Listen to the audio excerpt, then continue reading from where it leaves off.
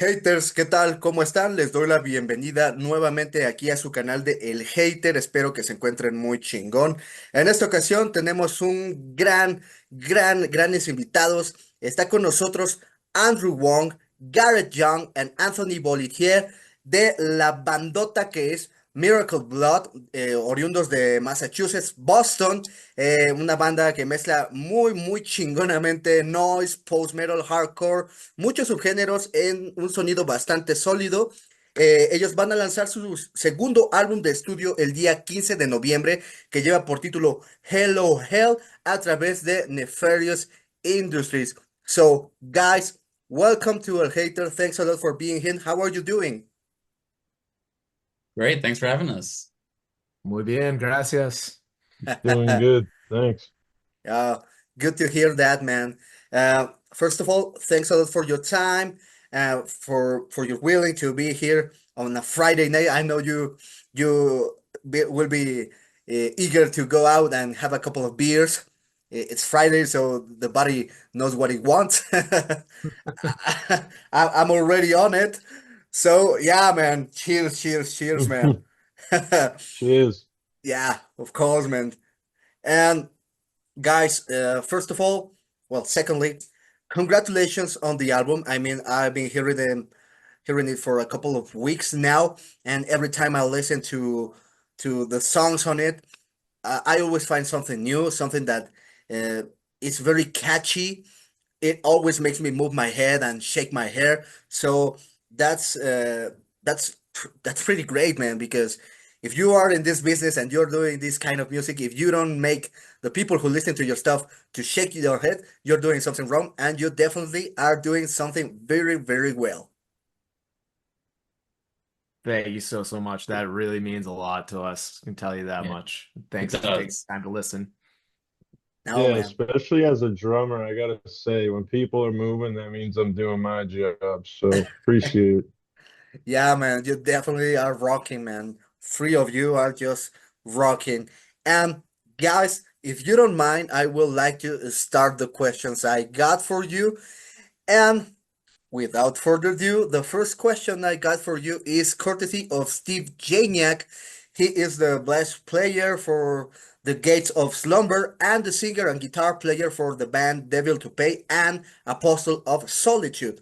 And the question he asked is this one, a pretty straight question is, what is a book that influenced you in your teenage years? I got my answer. Please do tell us. Um, Slaughterhouse Five. I mean, it's my favorite book. Oh. It's Kurt Vonnegut book, and it's without like spending too much time talking about it. There's a kind of hopeful nihilism that like runs through that book that like kind of just heavily impacted me when I first read it in like ninth grade or whatever. And it's just been one of the books that I like always come back to and just gives me a big sense of comfort. And like it's definitely like got some darkness to it, but it's uh, kind of like you have no control over anything, but that's okay. I think it's supposed to be that way, if you ask me. That's awesome. I will absolutely jump on that because I also have a Kurt Vonnegut book, but a different one that influenced me, and that's Breakfast of Champions. And it Okay. is a very dark, it's a very dark book, but I think that I read it maybe a couple years ago as an adult, and there's a lot of humor in it and a lot of dark humor that I enjoyed when I was a kid, and it also brings up like a lot of stuff, like racism and other, kind of things that exist in our societies and culture in the world that like think, sometimes is hard to address in that way that still has humor but still has weight to it. And that was, I think, an interesting thing that had impact on me. Right, man. So we have now your answer, Anthony. What will be? Yeah, see, mine's not as sophisticated. I wasn't reading too many books on my own in my teenage years. It was mostly required, but I did enjoy Beowulf reading that one. just because it's just a classic badass tale Epic. of a journey, and there's always something to learn from those. Yeah, man. I mean, and the three of you just mentioned books that are very, very dark in a way. So I think like maybe the nihilistic aspect of the literature is one thing that you guys have in common. I also love nihilism. I love Nietzsche. I read all of the books. I got them all. So yeah, man. I know what you mean when you tell me that those are the books that influence you in your teenage years. Definitely those kind of writers also influenced me. Thanks a lot for your answer, guys. And the next question I got for you guys is the next one. The lyrics on this album are terrific, a fantastic social claim and critic. How do you manage to use this kind of, I would say, absurd humor that verges on the aberrant to sharpen that claim?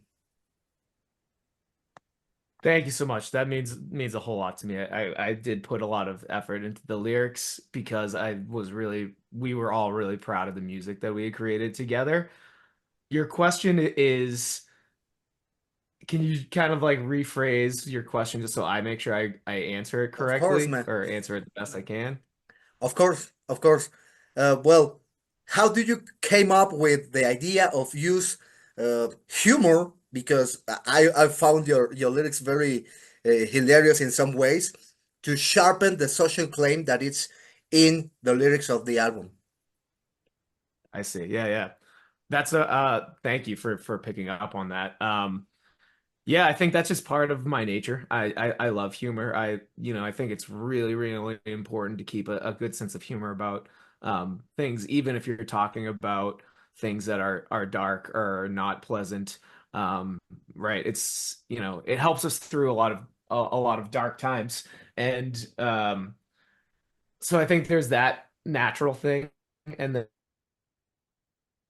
I think it really just works for us as a band. So I decided to go that angle. I think the way that I write lyrics is I actually start with gibberish. So, because I'm Okay. playing guitar, I have to make sure that I have to be able to play guitar still and sing whatever I'm singing. So it starts off as gibberish, and sometimes words form and I go from there, and sometimes I leave things in that were kind of just things that came out when we were practicing. And Mhm. it kind of feels like a non sequitur and maybe funny. Um, and I don't know. I think that's what it boils down to, is that leaving the parts in that might seem a little bit silly or a little bit funny, and then building a more serious conversation around it. Oh yeah, man, because I've heard some terms on the lyrics like sugar free, like Pomeranian wannabe, and all that stuff really, really got me going. Like, yeah, man, I know what you mean. I know what you're talking about, and I know why you're phrasing it and singing it, and the band are uh, performing those sections in that manner because I mean when you listen to the whole thing with the drums with all the chords of the guitar and the bass it all works. I mean emphasizing the meaning of the words with the tempo and with all the energy and the strength that you hit your instruments, man. It's just really really exciting to hear those sections on every song.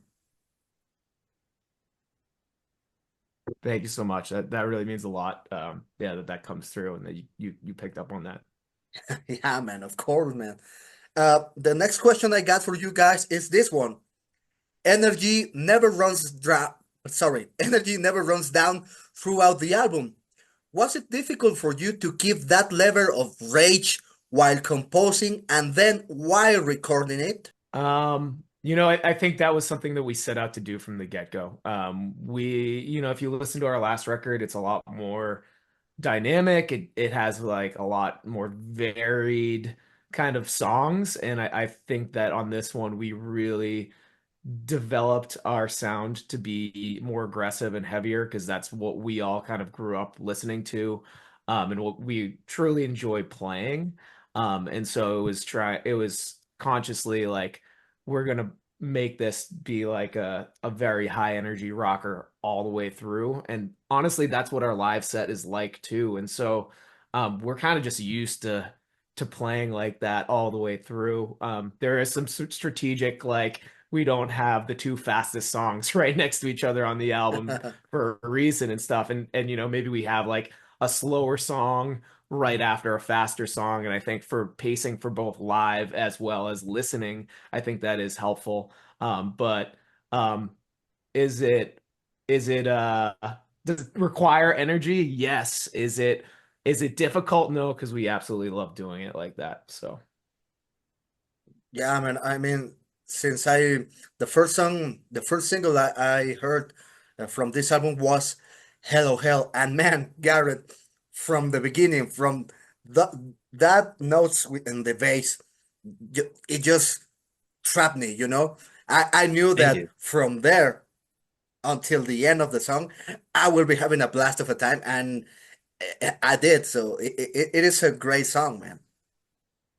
Thank you, dude. Yeah, I'm really proud of how the album as a whole came out, but like that song in particular, I think just sounds so good. And big kudos to Alex over at the Bridge Sound and Stage for helping us like get the sound on the album to be what we at least think we sound like.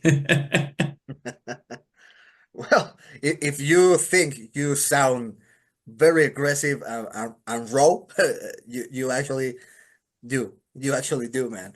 And Thank you, actually, man. the parts that actually the parts from Anthony when she stops hitting the plates and just focus on the toms. Also, they are very powerful because uh, I used to be a drummer on my teenage years, and I know that maybe my approach was always the simpler things are the most powerful things. And I mean, it sounds maybe rudimentary, even like uh, ancient, but I know that that was the thing that I enjoy the most. Just being like a fucking caveman hitting the drums. Primal. Yeah, man.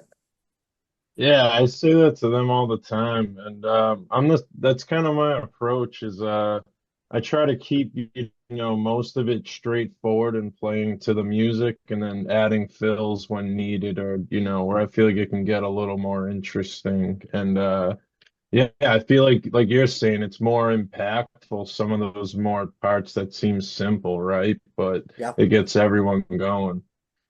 Yeah, of course, man. I mean, it just like it's like it wakens the beast, the inner beast in you, and just unleashes whatever you have inside that you need to throw out because this kind of rhythm that you are creating in this new album, I agree. Your previous album was more dynamic, but this one has a lot more of energy and a lot more of aggressiveness, and I love that kind of style because in nowadays I think that that's what the world needs the most from whatever you want to say, a rock, a metal, a band, whatever you want to say. It needs to be straight to the brain and without apologies. thanks so much. So, yeah, that's, I mean, we agree, and that's what we set out to do. So I'm glad that that aspect of it is really resonating with you. Yeah, man, it did, and it will be doing it by several weeks ahead, man. I assure you that. Guys, another question I got for you is this one. What's the thing or the situation that you found in your city that inspired you, the three of you, the most on the creation of this album? Wow, that's a good question. In the city of Boston in Yeah, particular, maybe like you mean like in our local scene here? yeah, man, in your surroundings. I mean, there's a lot of kind of subtext about just like how awful it is to afford. Some of it's very Sure. explicit, and the area we practice in, Alston, has a like long reputation as being like the hip, cool like area where it's like artists and immigrants in Boston, and like it's famous for like Aerosmith coming up there, like tons of punk bands throughout the ages. And I mean, I used to live in Alston. Andrew used to live in Brighton. We've since moved out of the area just Hey. because rents went up so much. There's like looming over our practice space. There's a Mm. bunch of like condo developments, and we've actually had to move practice spaces a little bit because of such condo developments. So, kind of that. I mean, I kind of almost want to call it like I know gentrification is like proper term, but like just like encroachment. Um, Okay. and kind of that sort of dynamic, I think, like has seeped into the music. Oh, I would agree with that. Yeah, I think that that's been a major thing that we've been dealing with the music scene here, and we've had venues close as well, venues that have been around forever, and just seeing kind of like the arts kind of be pushed out. Um, it's been tough. On a more positive note, we love our scene here, and there's like so many good bands. And the person who produced this record, Alex Allenson, um, he's worked with a lot of bands that we both are friendly with and respect and enjoy their music. And so that was, I think, another impetus for this album was getting introduced to him through our friends in Knockover City and Bedtime Magic, who, he produced their records and we're like, this sounds awesome. And then meeting him and um, furthering kind of that connection with those bands and other bands that have worked with him who kind of fit in our realm. got it, guys. Yeah, and now that you mentioned that the trouble that are around your area where you live, also it happens everywhere.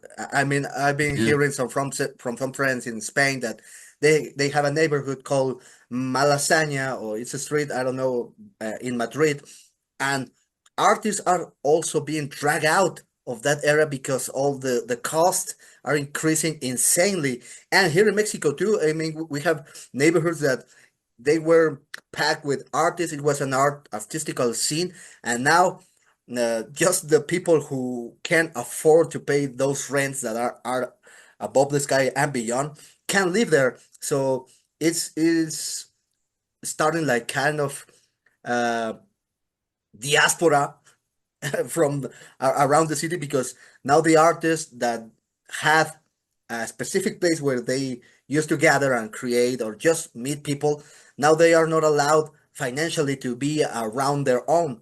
And I mean, in these days, internet helps a lot to work with your pals and with your band members and whatever.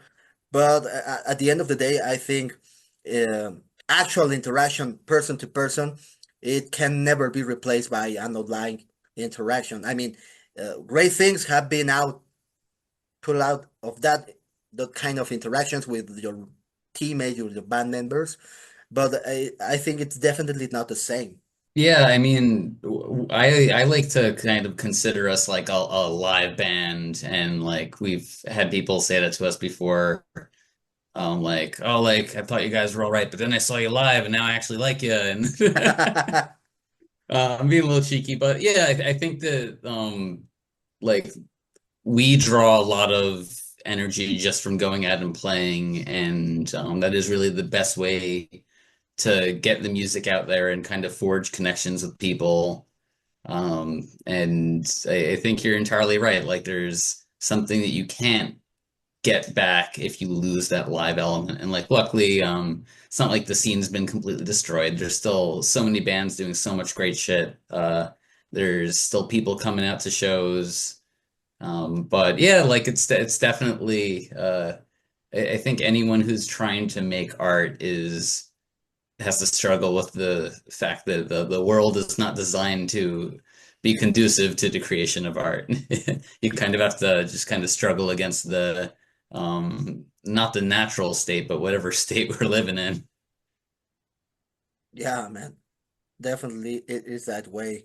And it's kind of, well, it's just so bad that these kind of things are happening right now, where so much creative minds and I think that nowadays we have more talent that we used to have it back in the day. I know in the 50s, 70s, 60s, even in the 80s. And we have all of these tools that can really help us to connect and help us to get out whatever we do to the world. But at the same time, limitations because of money, because of the cost of advertising, of just traveling, just the cost of living, it's costing many artists, well, their potential, because back in the day, if you were good, good enough, you can make a live 100% out of your art. And nowadays, we have, in my opinion, better artists than back on those days, and we are not allowed to live from our art. You know, you need to have a part-time job or a full-time job besides your musical ventures. Yeah, I mean, it's interesting because, I'm not a spring chicken anymore. And I look back on like, when I was younger, and a lot of things that kind of prevented me from doing stuff with music that I can do now is largely financial. Like having to, you got to buy equipment, right? That costs money. You have to pay for a place to practice. That costs money. You got to pay for recording costs. All these things cost money, and you can start making some money back once you're up and running with it in a successful way. But it's hard to get there, and it takes a lot up front, and that can be very, very difficult. Um, and I see a lot of people try and then just, let it go because it is so difficult to keep up for that long. Yeah, and that's such a shame because, as I was saying, we have so much talent around, and well, support from any kind of government or even a artistic institution is pretty hard to get by. And it's such a shame because the heavy community, it has so strong ties, and it's so easy to bond with a fellow metalhead, a fellow lover of hardcore, of punk, of grunge, whatever you want to hear. And we're still being deemed as outsiders, as not good enough for the rest of the world. And up until some point, that's okay because I don't think any of us we want to belong to the generality of the world. But in some ways, we really are missing things that other kind of artists, or if you can call it art, are getting, no, without deserving it.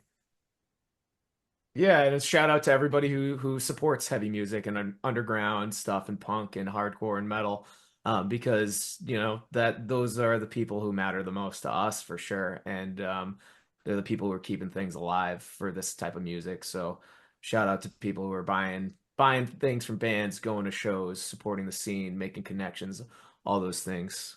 Yeah, man. And I have one more question for you guys, and it's related to your live performances.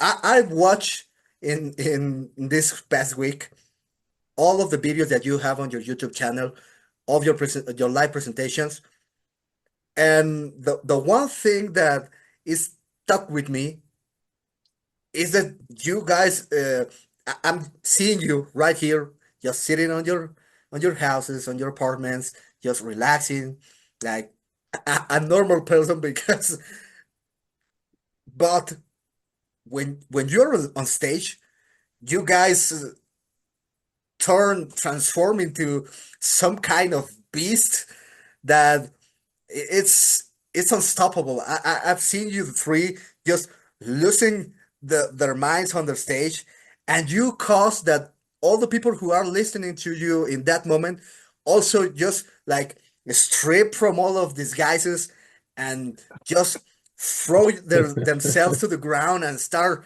banging their heads and hitting each other and jumping. And man, that's rock, man. How do you manage to just enter into that state of mind in which you just let yourself go and just project, and you just guys turn into something contagious? How do you do that?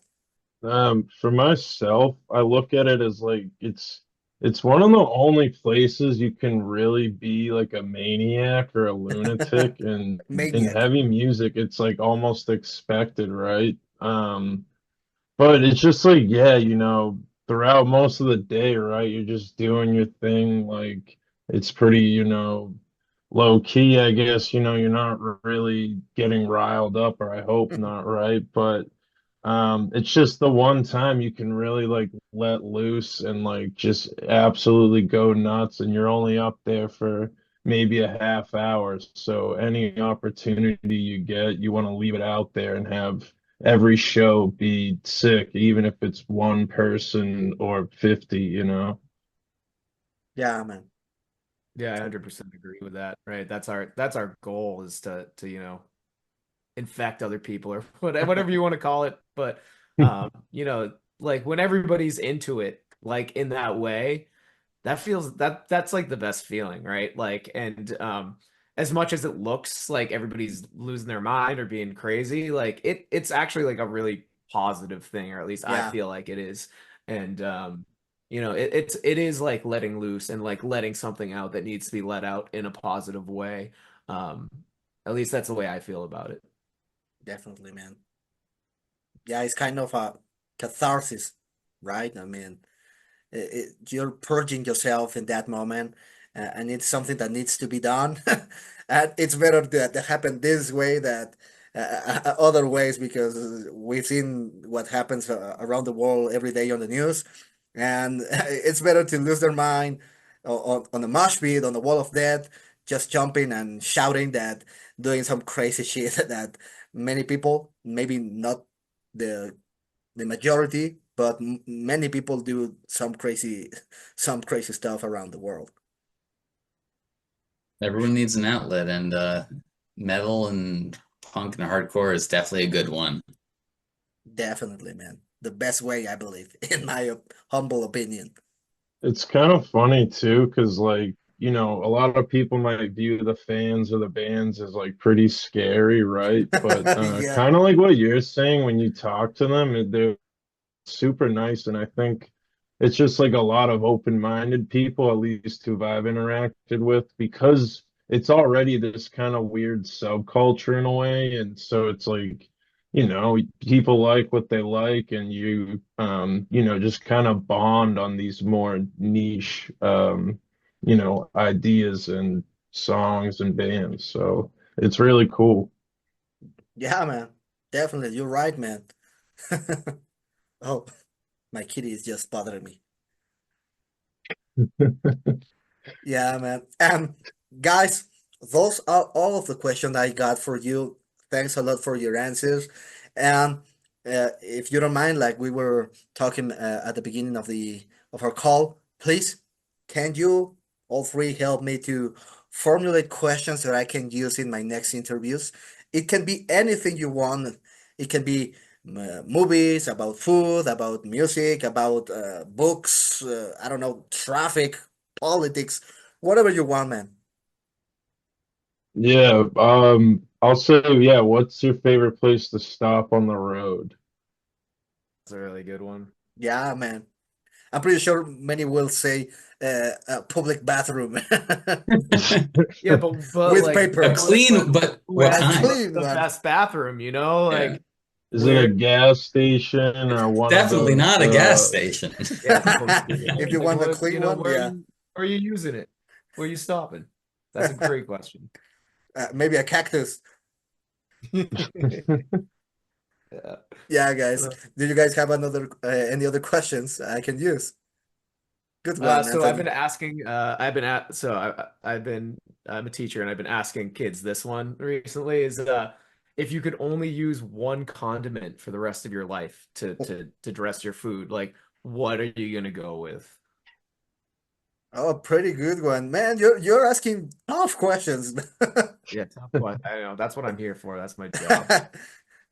Yeah, man. Thanks, thanks, Andrew. And what about you, Garrett?